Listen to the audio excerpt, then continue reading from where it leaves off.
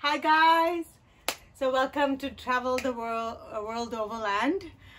Today Scanda's going to give you a tour of the electrical part of the RV. We've had this RV for a few years and we use it regularly, and yes, Scanda built everything, but I'm the user of it. So as a user, I'm really happy with how everything functions for everyday use. But Scanda's going to take it on from here and give you all the details on how he made all of this work for us. Bye! Okay, I'm going to show you the electrical part. So this is the mattress have been taken out. This is the seat when it's not bed, so you would have seen on the other videos. So this is how it looks, and I'm going to pause it and I'm going to take these wood pieces and then I'm going to show you inside. Okay, so just before I take this wood piece, I'm going to show you why I have this cut out. So when I take this cut out, I have these two breakers mainly, if something goes off, to turn on back again. So I'll explain to you when I get to the bottom of this.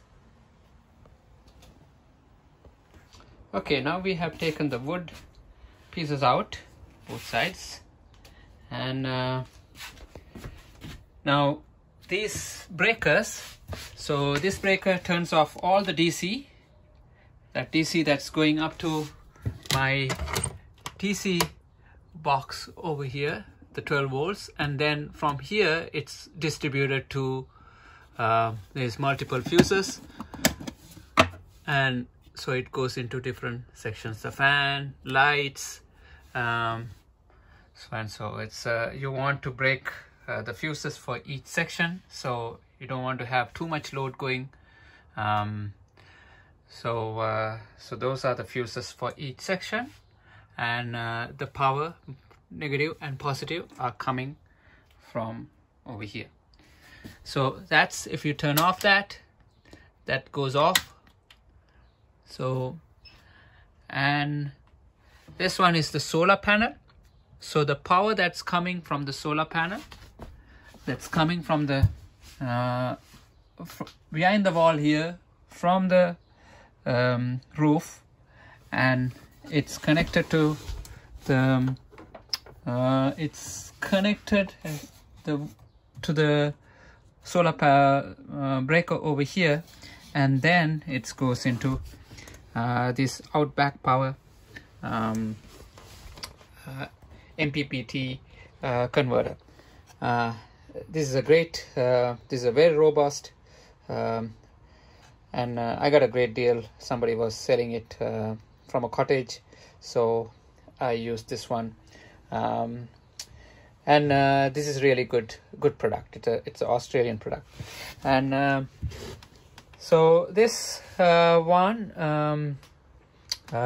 is feeding as a power. It goes into the battery. Okay, that's the battery over here. We have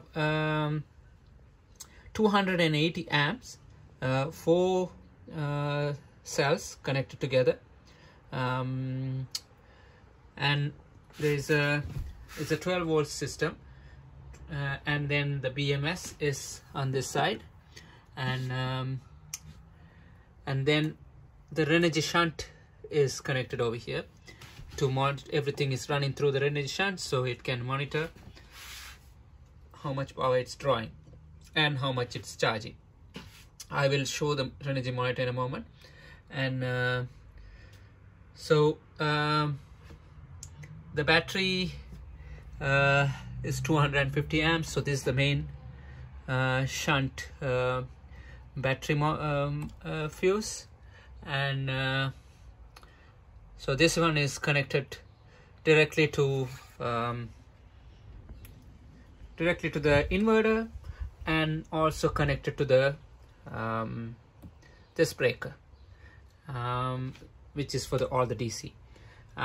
Before I had this system, I had 6 go-kart batteries, 2 on this side, actually 4 on this side and 2 on this side, to balance the weight, because it's too much weight onto one side. So I also have the water tank this side, so I kind of balanced it.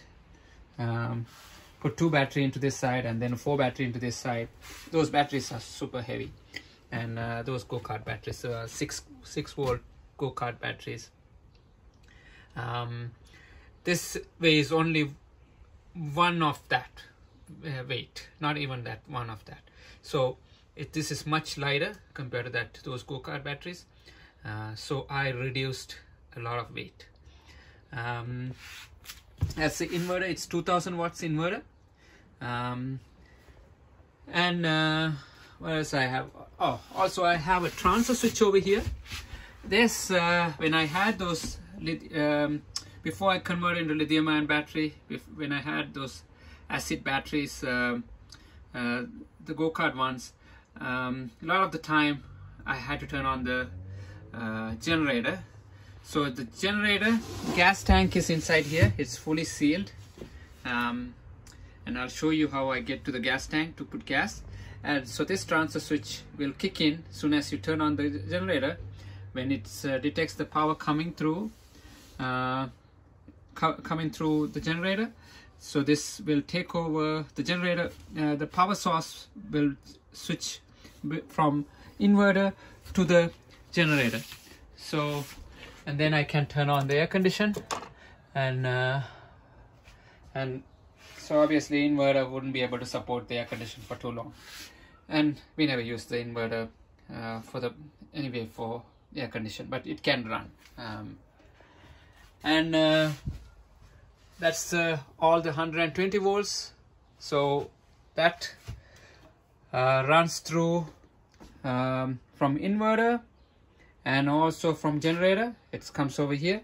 So that's how that runs. So it's actually from inverter goes up to the transfer box, and then from transfer box generator power comes into the transfer box, and from the transfer box goes to this electrical panel. From the electrical panel it goes to all the outlets. I have outlets over here, 120 volts, and I have outlets over here, and yes. So this is the Renogy monitor. So it's 200 right now. It's showing 273 amps. So that's 98%, and it shows how much it's drawing.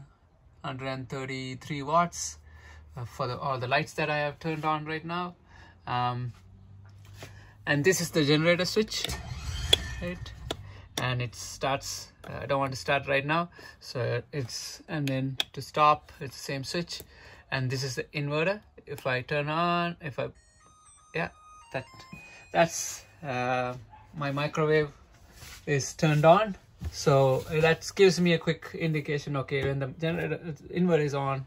So I see over here, so that's inverter is turned on. All the electrical outlets, anything I plug in, so it will work. So yeah, coffee machine. Okay, so that's so this 12 volts power my fuse, and then this is the remote switch to the BMS. So if I want to turn off the BMS, cut off the power, and send the signal to the BMS to turn off, I can hold this, and okay, so that turned off all the lights and everything. So that cut off the BMS completely off. So so that's one way I can turn off all the completely everything. The 12 volt system. So if inverter is connected to that, so it will turn off the inverter as well. Now I can go back, turn on. Okay, so BMS kicking in. You can see the blinking light. It'll take a few seconds. It has this BMS also has an app. I can go in and do all the setting up, set up, and I have set up to cut off charging, if temperature outside, temperature of this sensor, so these are the temperature sensors. I have a temperature sensor in between here and between here. There's two temperature sensors. If the temperature is less than 6 Celsius, it won't charge the battery. So the battery won't get ruined, because you don't want to be charging the battery sub-zero. And also the temperature, if it cuts off, the temperature have to go back to 10 degrees. That's how I have set up 10 Celsius, and temperature inside had to be 10 Celsius to draw. Now you can actually draw higher than that, but I have set up that way so I don't ruin the batteries. So these batteries will last for a long time. Typically when I go in the winter, it's once it starts warming, then I always keep running the diesel heater down under the seat, and so it will keep warm. So that way I don't get into a problem with the heating. First I will heat with the van heater, and then once it's get to a certain temperature, then I will turn on the batteries, and then it will automatically turn on, because BMS will just keep monitoring. It won't draw the power from the battery or charge sub-zero below 6 Celsius. So that's the setup I have set up in the app. I believe it's JCO or JTAG. I'll put the link. What's the BMS? The BMS I'm using. And the batteries also, I'll put a link where I bought the batteries. I bought it from a US company, but obviously they come from China. What else I have over here? Electrical. And okay, so I'll show you the generator. Okay, that's where I have the generator. I don't need this generator anymore. I don't turn on much. I haven't turned on for about over a year and a half now. And then the gas tank is over here. So, and I pull into a gas station, open this, fill the gas, push it back, and I close. So this is like, well, like I have sealed it very tight, and it's airtight, so no fumes gets out. And also this is it's a cheap solution. Let me take this one to show. It's a very cheap solution. What I did was took a box, plastic, those containers, sealed it with the sealer that you would use for the gasket in the engines, so it wouldn't with the gas, it wouldn't ruin, so it can still hold with the gas fumes and all that. So that's all the electrical that's coming up. And yeah, so right now I have all the switches, all the lights are turned on, and it's just the air conditioner is not working. Inverter is turned off right now, and I'm drawing 142 watts, 10 amps. That's what I'm drawing right now. It's not charging anything. It's shady right now. It's okay. Actually, I don't have the fan on. Fan is also working right now, and I have it like not fast, it's like probably medium, and so 147 watts with that. Yeah, all the lights are on. Just heater is not working right now, and the heater controller is over here. And let me turn off this light.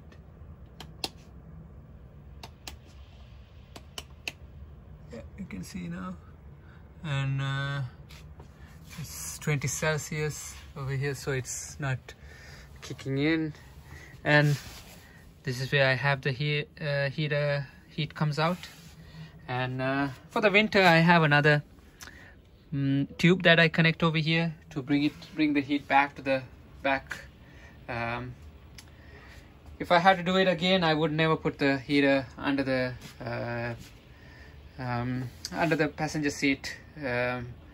I looked at a lot of videos people were using under the passenger seat, and so I did that as well, but this heat doesn't get into the back. You need if I had to do it again, I would put the heater somewhere in the middle.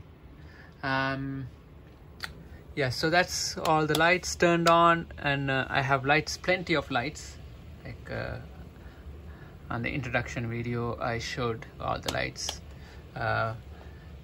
So I have top light, left, that's this light, and then I have named as boys under cabinet lights because my kids used to sit over here, and then they used to read books when we are traveling.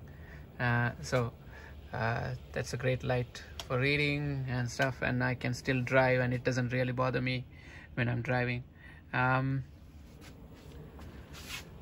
Yeah, so, and then that's the kitchen light, and then door light is the top door, and also it has the light on the bottom here as well.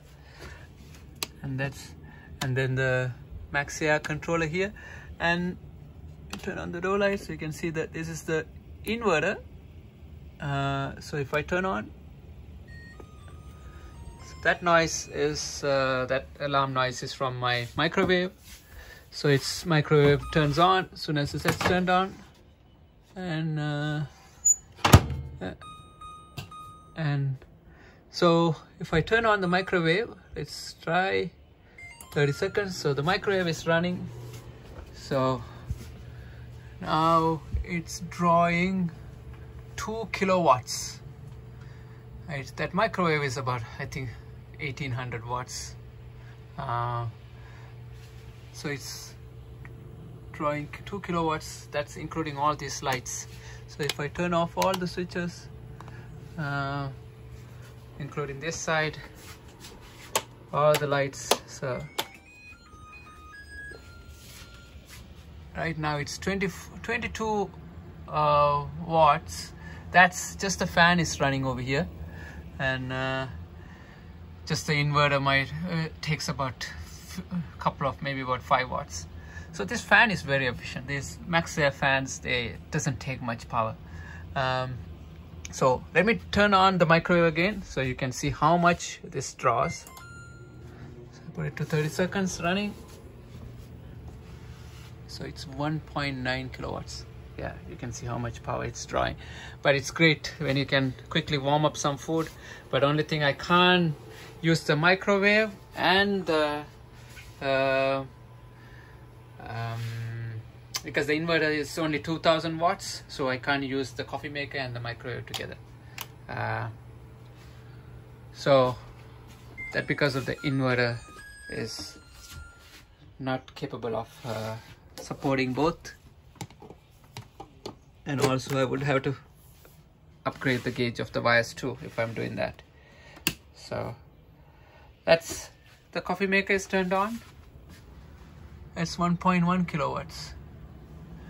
So that's warming up the water. And yeah, so on the other side I have power coming from a smaller inverter from here.